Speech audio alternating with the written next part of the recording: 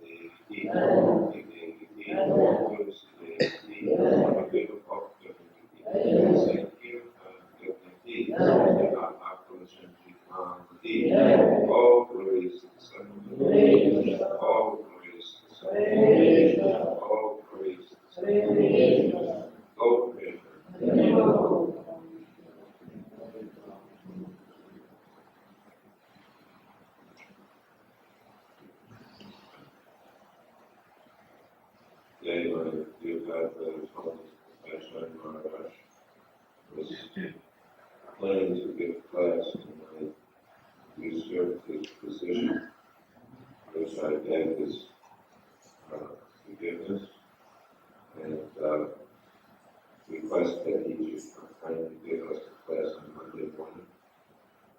Sunday morning, they generally don't have classes, but Monday morning should be a good day. Hopefully, most of us will be able to come. And also to give the Sunday peace lecture. So between those two, it's surely that we do.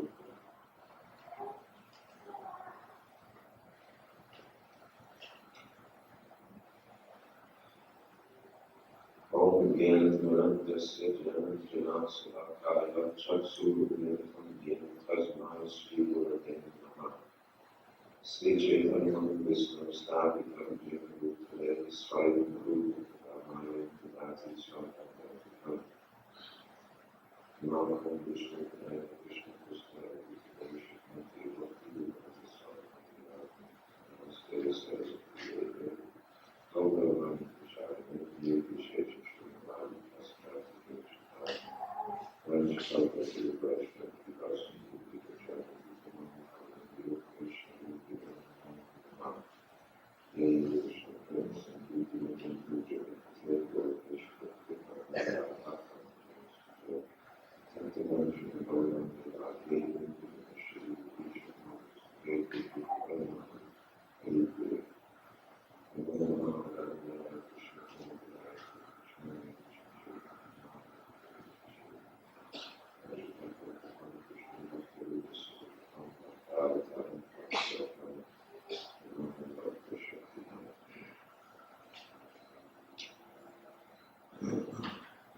reading today from Bhagavatam, Canto 3, Chapter 12, text number 48. Om Namo Bhagavate Vasudevaya. Om Namo Bhagavate Vasudevaya. Om Namo Bhagavate Vasudevaya. Om Namo Bhagavate Vasudevaya. Om Namo Bhagavate Vasudevaya. Om Namo Bhagavate Vasudevaya. Shabda Brahmana Sasya Yatha Nama Parama Gamavati Brahmavati Vitato Nana Shakti Upavrimita Shabda Brahmatmanastasya Yakthatmanaha Paraha Brahmavati Vitato Nana Shakti Upavrimita Shabda Brahmatmanastasya Yakthatmanaha Paraha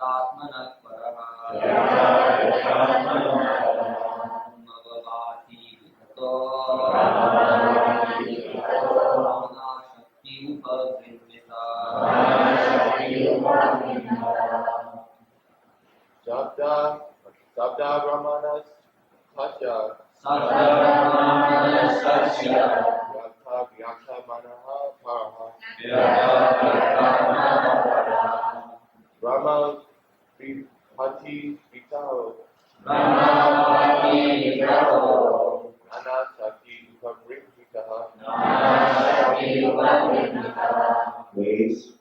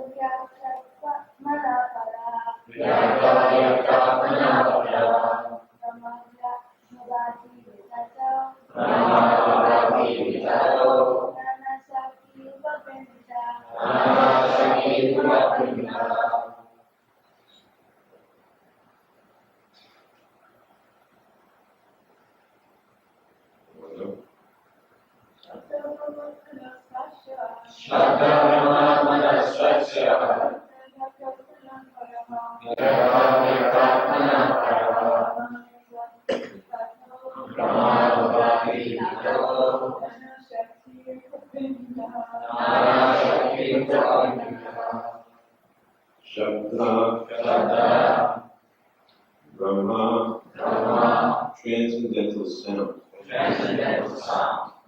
Atmana, of the Supreme Lord.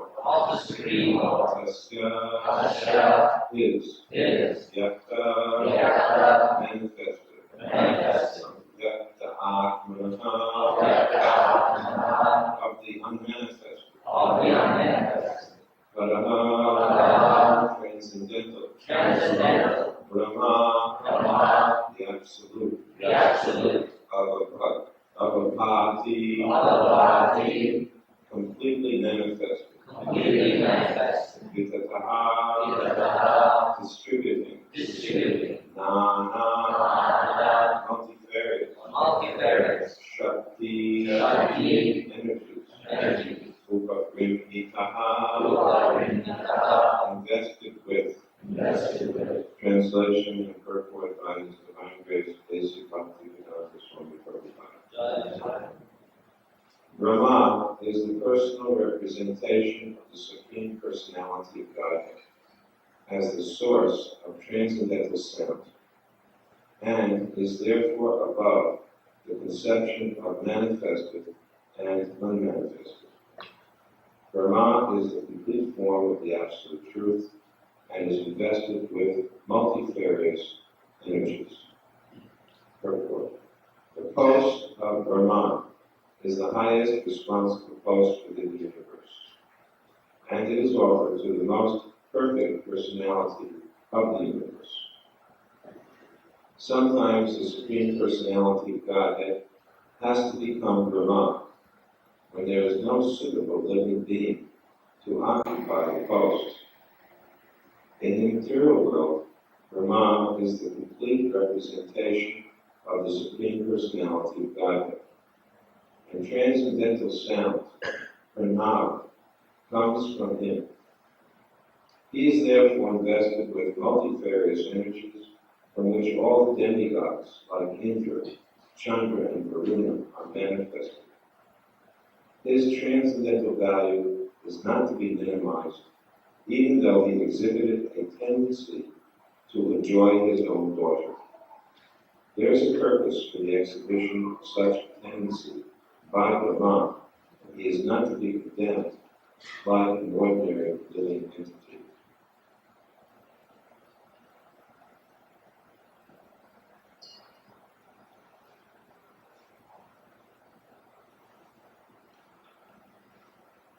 This is a chapter entitled Creation of the Kumaras and Others.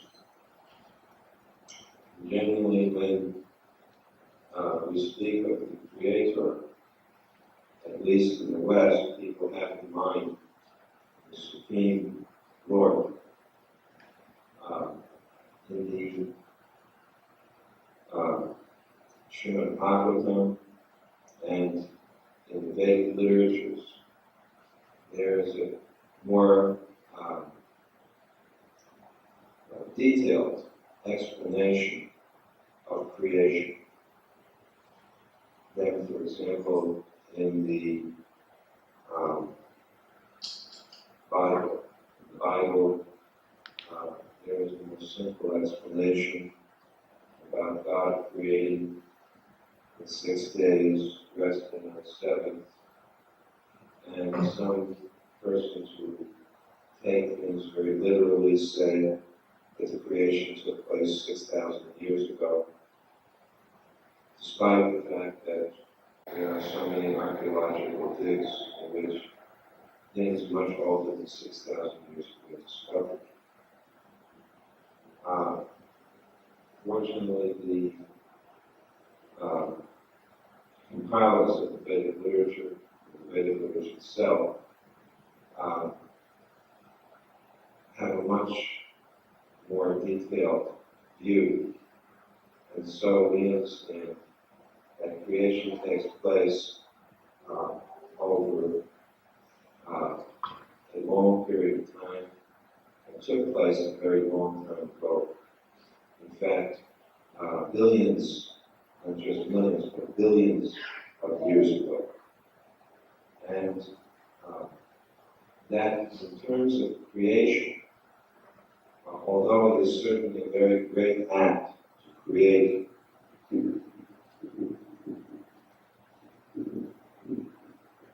is certainly not an ordinary act, because we're not simply speaking of a small creation, but the creation of the worlds.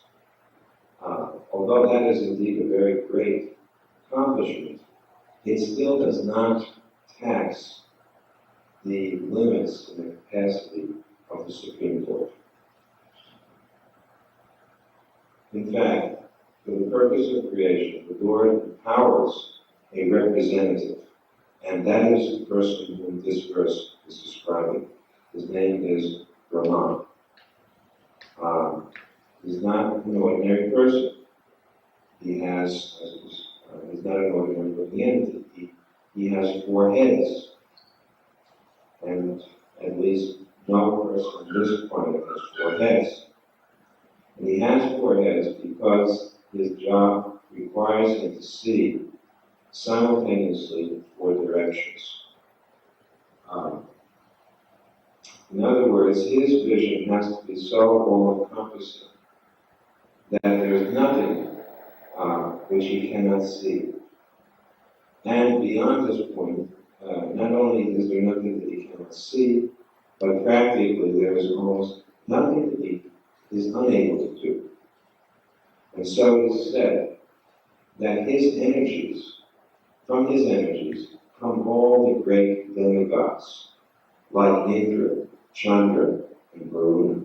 Now Indra is the king of the gods. Chandra is the moon god. Varuna is in charge of the oceans. So these are all powerful natural elements. And they're predominators, the demigods who are in charge, are obviously very powerful. And where do they get their power from? They get their power, as it is said here, from Brahma.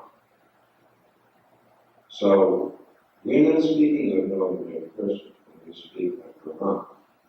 And yet it is said here that he's a living being. He's not God.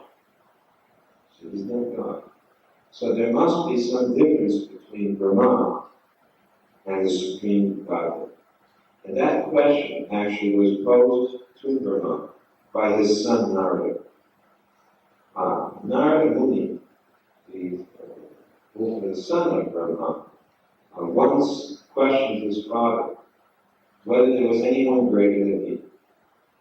Because naturally, when you see someone, even if he's your father, who is able to create planets, stars, and from whom even great demigods come, you begin to think, my father might actually be the Supreme Lord. Of course, Brahma was not a bluffer, and he immediately informed his son, that, my dear boy, the person whom you are speaking of is far, far greater than I. I am insignificant in comparison. Just how significant Brahma is was revealed to him in a very striking manner when he was called into the presence of Krishna. And of course, he knocked on the door and was informed by the guards to wait a minute, which was in itself very, if an important person, just like the mayor of Dallas, came knocking on the door, hopefully you have enough sense to recognize him. Even if you didn't, let's say the President of the United States came knocking on your door, I doubt you would say, just 1 minute, I have to ask my father if I can let you in. You immediately let him in, and then you inform your father. The President of the United States is now sitting in your living room. Well, when Brahma came, that didn't happen. He was told, please wait a minute. So he started to wonder what that meant. And when the guard came back, the guard asked him, which Brahma are you? Which president are you? Or which president of which United States are you? That would be the question. So Brahma wondered if there was any others. And when he was let in, he got his answer. Because Krishna arranged to demonstrate how big Brahma really was. He called all the Brahmas from each and every universe, because the Brahma of this universe is said to be, he only has 4 heads, because the universe is not a very big universe. But in the other universes, the Brahmas have many more heads, 10, 100, 1,000, 10,000, 100,000, even 1,000,000 heads. And if you can't conceive of that, don't worry about it. You just have to believe it. You don't have to get people bored. Don't try to stretch your logic and reason when it comes to facts of that order. Just accept it. 1,000,000 head Brahmas were there, and somehow or other, Since you can already come to the point of accepting that someone may have a million heads, you can also accept that all of these Brahmas put all of their heads with their shining helmets at the two moderately sized lotus feet of Krishna.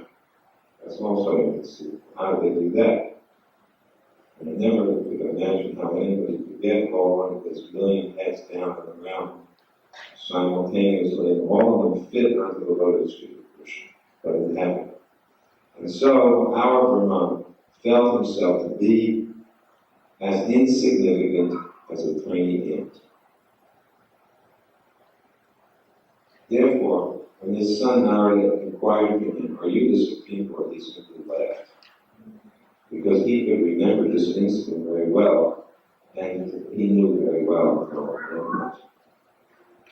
And yet, to show us how important the post of Brahma is, it is stated here that when there is no responsible person equal to the task, Krishna himself, the Supreme Personality of Godhead, has to become Brahma. So sometimes the Supreme Lord becomes Brahma. It may not be directly Krishna himself, but one of his expanded forms will become Brahma. So this post practically has to be done by God, or someone of tremendous capacity. If we sometimes feel overburdened by responsibility, we should reflect for a minute on, the fact that our responsibilities really are not that overwhelming compared to other persons of this order.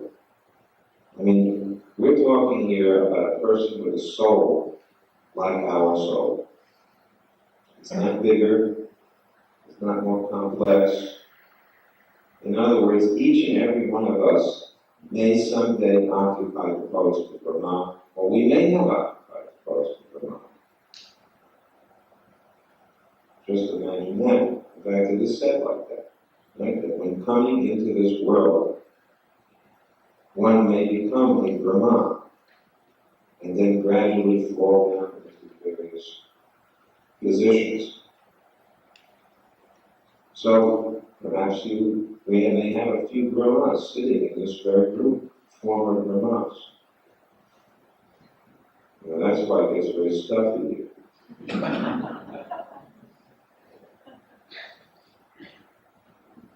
What is that called? Emeritus. Brahma Emeritus. Give you a title, you can enjoy various rights.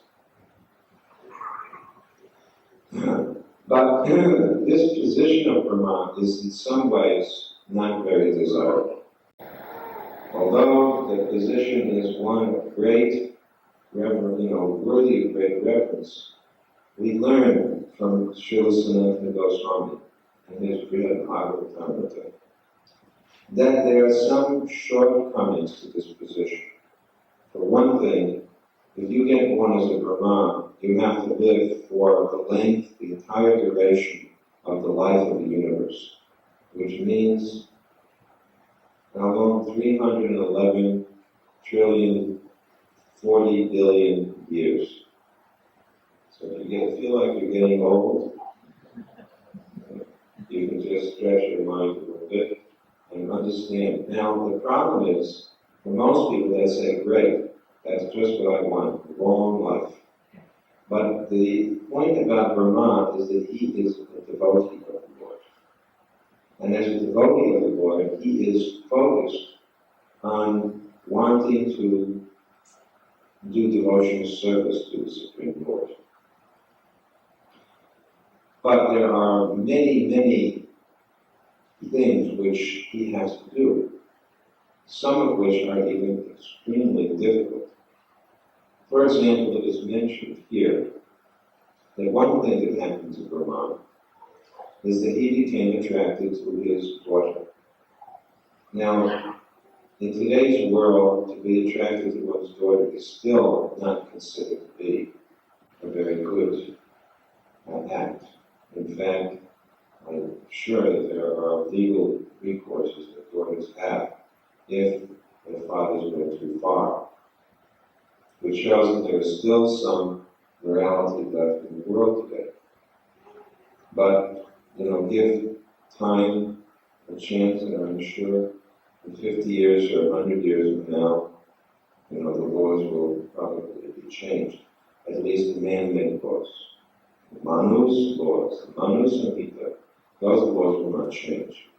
As Prabhupada points out, man-made laws will differ from place and time, such as drive on the left side of the road is followed in England and India, right? In India they drive on the left side of the road. Yes.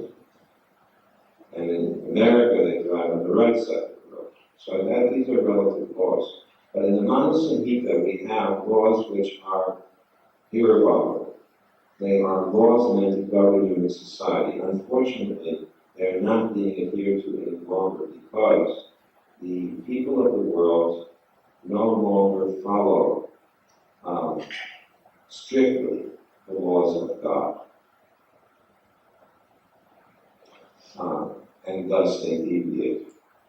Because it is possible for human beings to make mistakes. It is not possible for the Supreme Court and its representatives to make mistakes. Therefore, you may inquire, how could a person as great as Brahma make the mistake of becoming attracted to his daughter? And it states here, in the last sentence, there is a purpose for the exhibition of such a tendency by Brahma, and he is not to be condemned like an ordinary living entity. Now, this statement about not condemning a great person is also found in the Srimad Bhagavatam. Now, Maharaj Parikshit also raised this question when he heard from Sukadeva Goswami about Krishna and the gopis, Krishna dancing with the gopis. He inquired, how could anyone, in such an esteemed person, in such an esteemed position as Krishna has, how could he do what would appear to be abominable, to dance with either unmarried women who were mature, or to dance with the wives of others? And at first, one of the things which Parikshit Maharaj was told was that the acts of great personalities cannot be followed by ordinary persons, but you must obey their instructions. They are not subject to the laws of ordinary persons. Still, Parikshit Maharaj was not satisfied. So Sukadeva Goswami gave him a further explanation, stating that Krishna is the self, the supreme self of all beings. He is the master and lord of all beings, and as such he is the true husband of all. The acharyas, the spiritual teachers who comment, also explain further that Krishna's Maya, his Yoga Maya, made duplicate forms of all of these gopis who happen to be married, and that the husbands in no way felt the absence of their wives, having duplicate forms of their wives.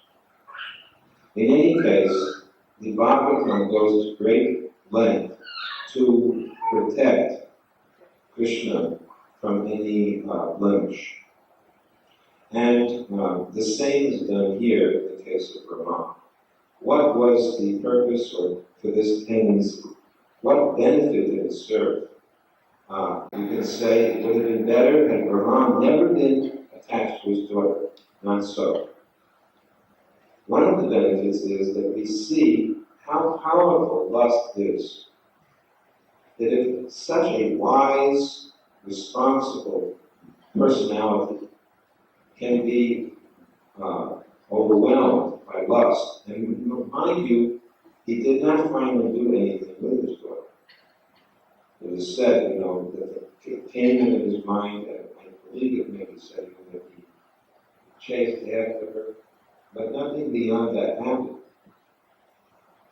Still, and he was checked. We'll explain it. But the first point is that he he is a Yat Akshirati Shrestas Tata Deveta Roja Asayat Paramam Kurute Lokas Param Bhakti. Whatever a great person does, others follow in his footsteps. Whatever exemplary acts he performs, all the world pursues. So here's a great person who we are to follow. Now we are taught something. What happens to Brahma? He's checked from catching up with his daughter by his sons. Which is a very interesting point. That sometimes the son has to take a position in whatever way, and they're very respectful in dealing with it. They don't cost him or speak ill to him to his face, but they remind him that you are such an exemplary, important person in our lives. How can we do this abominable act? And then they appeal to him in such a way, and he feels ashamed. One of the signs of decency is that one feels shame. If we feel no shame, if we do something wrong, then there's no possibility of our being corrected. We may be corrected, but we will not really feel remorse or learn something by that correction. So a human being feels ashamed. You can understand the difference between a human and an animal.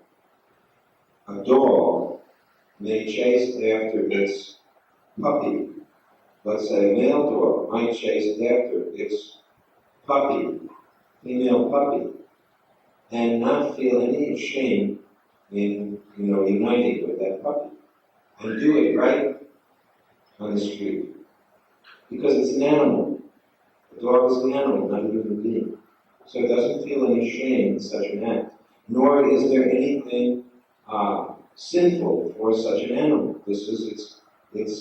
Animals don't incur karma due to sinful acts as human beings do. Human life is responsible life. So when Brahma became overwhelmed in this way, he concluded that there was nothing for him to do except give up his body, which is a very, grave decision to take one's own life. Now, that doesn't mean that if you have contemplated such an abominable act or other abominable acts, you now have the right to commit suicide. Because, again, you are not Brahma. You learn by Brahma's instructions. You don't follow his behavior. He had the power to give up his body. How did he do it? He transformed his body into fog. And you may wonder what benefit we get from fog. It says here that there was a purpose to it. What is the benefit of fog? I can remember going to Mayapur on many a morning, right? And we would not be able to leave early in the morning because fog would cover that long road to Mayapur. You have to wait till later on in the morning. So many people find fog to be a nuisance, like the U.S. government. Right? It doesn't like fog to cover Yugoslavia because then it can't properly see its targets. But the Yugoslavs like fog very much. So you can't say that fog has no value. It just depends on, who you are. It has value. It covers. It conceals. It drops moisture on the ground in the form of dew. It does something. Fog, the world would not be as good a world as it is without fog.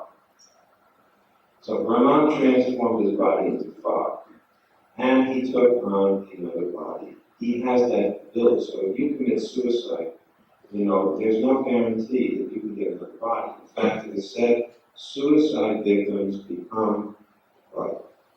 Ghosts. And a ghost is a disembodied spirit. So you don't get a body if you commit suicide. He could get a body. We learn from his lesson. Now, Brahma is a great devotee of the Lord.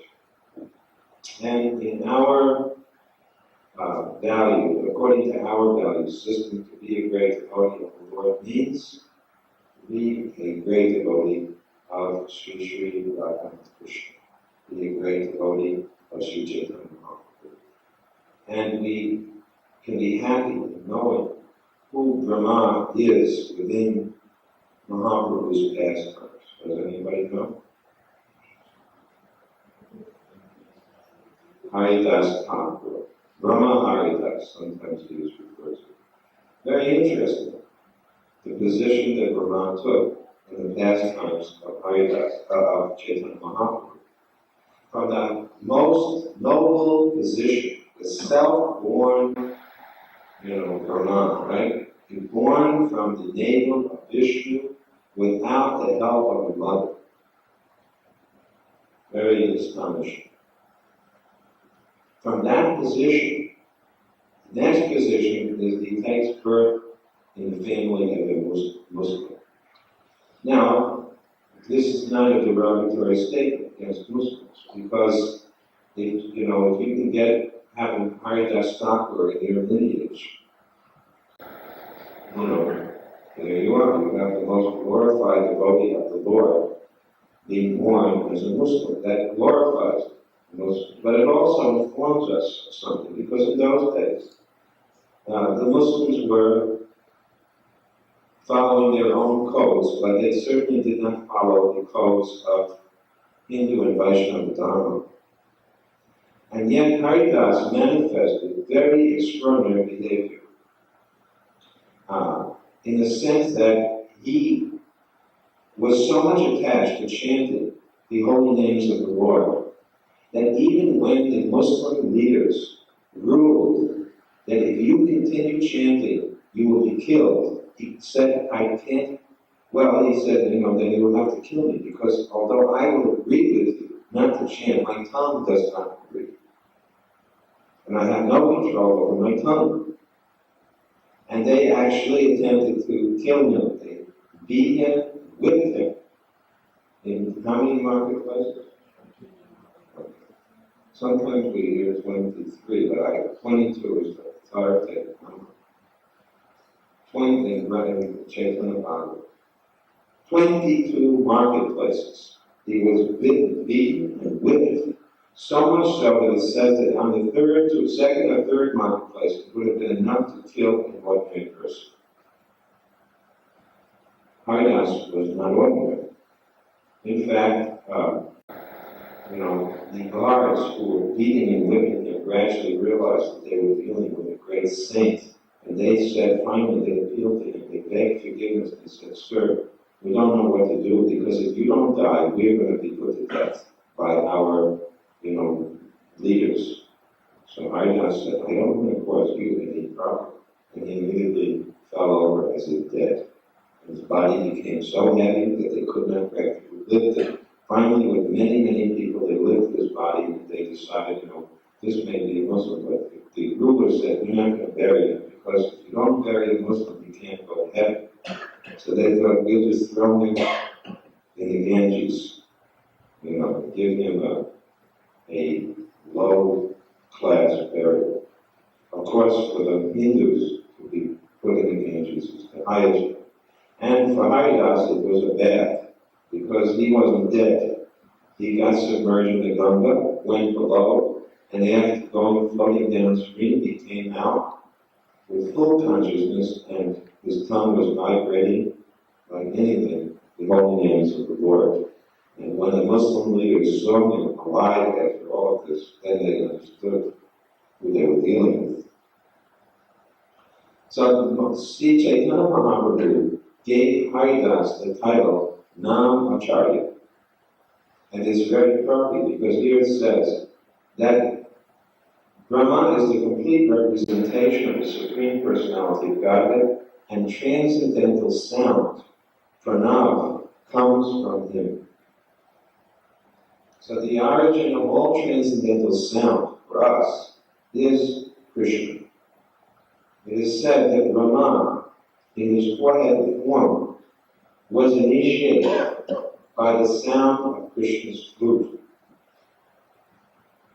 Krishna's flute is none different than Krishna, but it is a very all-attractive sound, and it went into the 8 ear holes of Brahma and penetrated deep into his heart and came out as Gayatri mantra.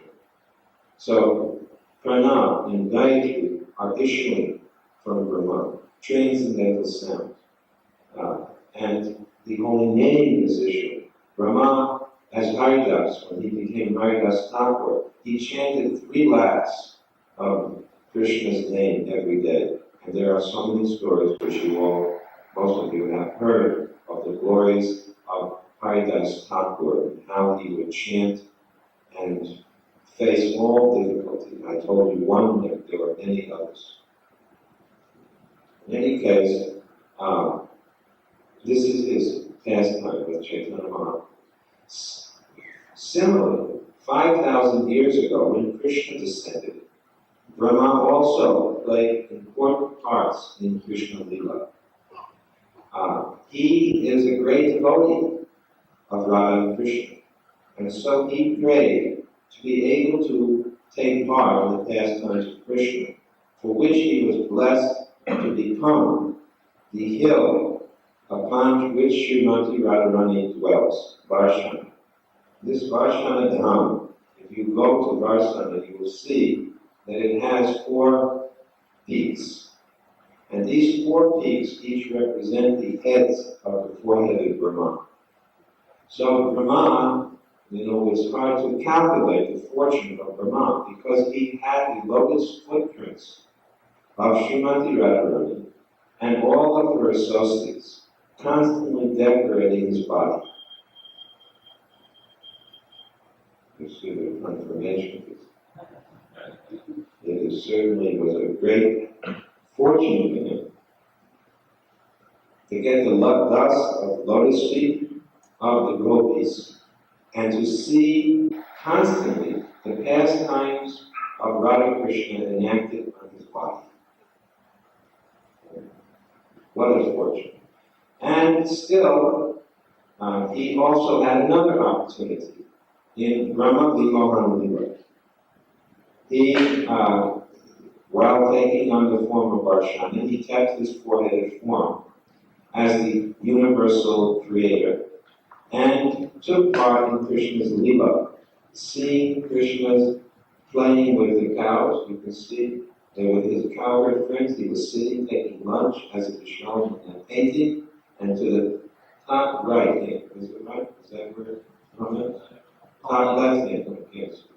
Top left hand side, you will see on a swan is Brahma, who saw the little Krishna and his friends and thought, who is this boy who is doing so many things?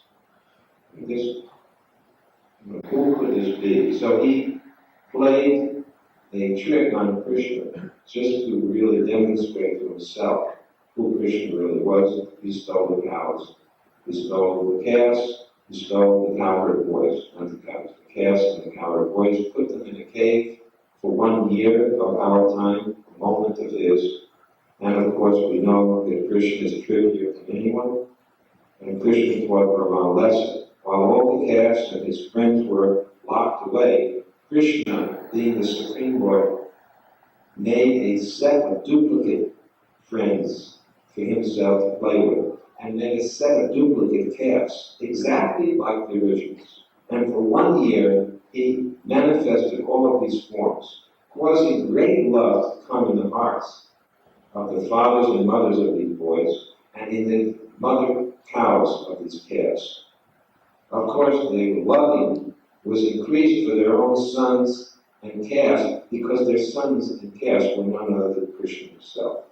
And in this way, Krishna also fulfilled their desires, because everyone who of them had the desire to have Krishna as their son.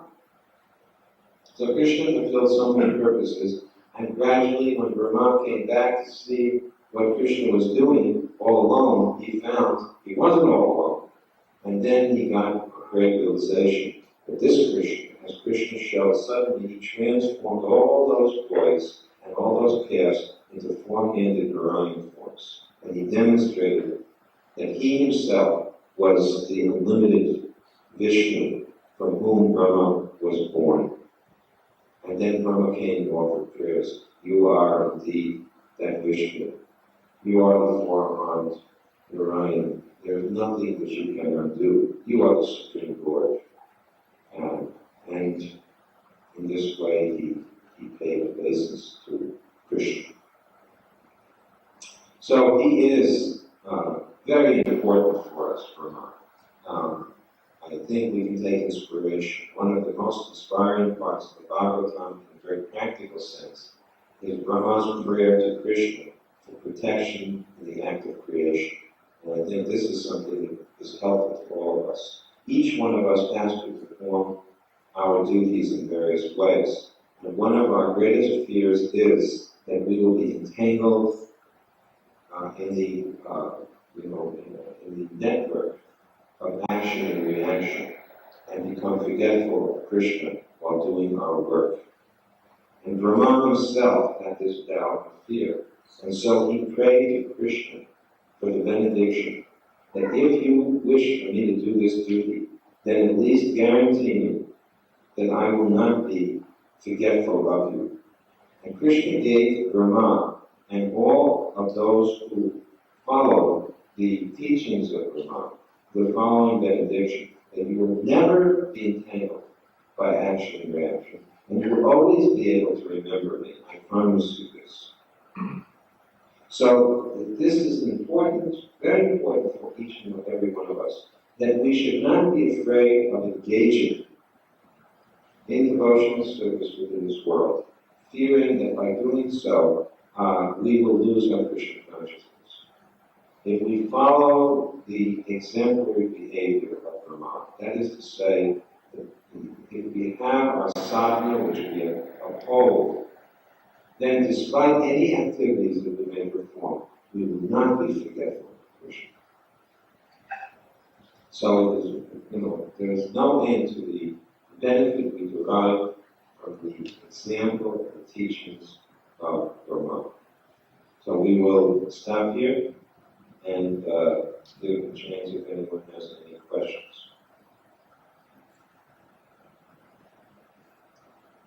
Yes, I was thinking I was listening to the class you've given about Prabhupada is mentioning that to take initiation is so important, even though Lord Brahma was born from the body of Lord Vishnu, still he had to get initiated into the tradition.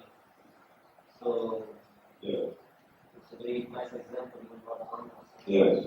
I was thinking that when I was giving this lecture, and I thought, in my previous lecture, I had mentioned this, and surely they are hearing it on the tape. So I didn't mention it.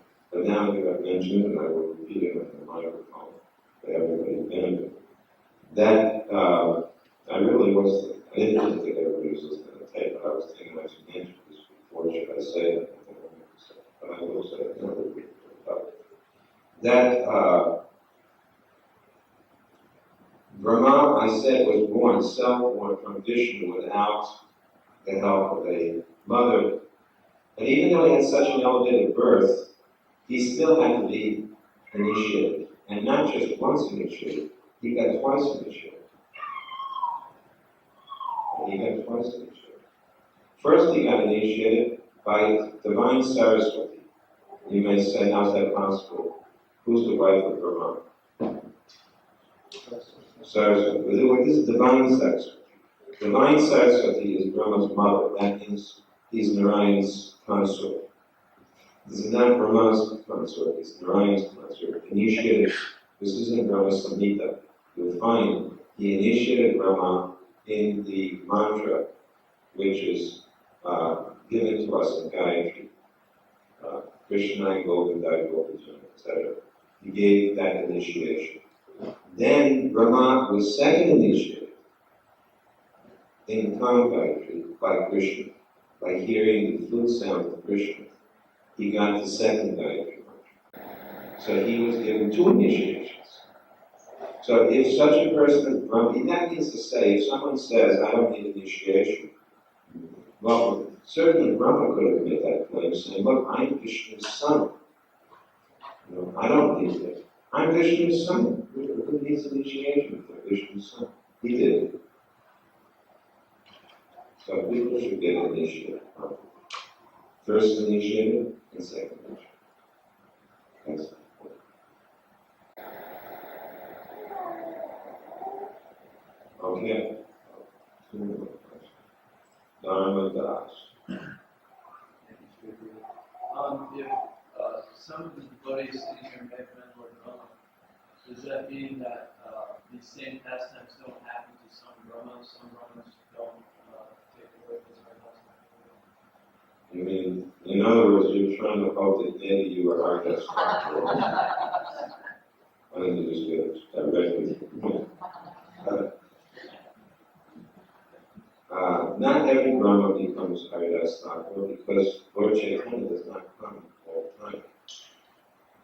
And furthermore, Rupa Goswami has explained in Love Bhagavatam that when Krishna creates the universe, he doesn't always do it exactly the same. Sometimes it's exactly the same, and sometimes it's not.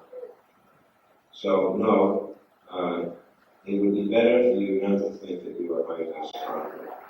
If you like to think that you are Brahma, if it helps you somehow to, get up some mornings and think, just, of course it could devastate you also when you realize where you've fallen. It could humble you very severely, maybe too severely. But, it would be foolish to think that you are Haridas, because Haridas Thakur doesn't hang around and take birth in Dallas, Texas, or somewhere in Texas. Haridas is the eternal servitor of Chaitanya Mahaprabhu. This is a special position. And that Leela is special. So we should not imagine ourselves to be, that this is the great mistake, if we ever allow ourselves to start thinking that we are some divine personalities in Mahaprabhu or in Krishna's Leela. And sometimes people did that. I remember one time, and even though it involved Srila Prabhupada's own Guru Maharaj, who was certainly the most elevated of all personalities, but some rumor was floated that Srila Bhaktisiddhanta Saraswati Thakur was originally Rupa Goswami. I was sitting right there when he heard this, and he became, it was 1968, and he became angry like fire. He said, who has said such nonsense thing? Not to in any way say that his Guru Maharaj was less than Rupa Goswami, but the point was not to imagine such nonsense, not to create such a fiction. Another rumor was floated that one of our godbrothers was Srila Bhaktisiddhanta Saraswati Thakur. You were mentioned with that. It wasn't me anyway. I will clear my name. And again, just like fire.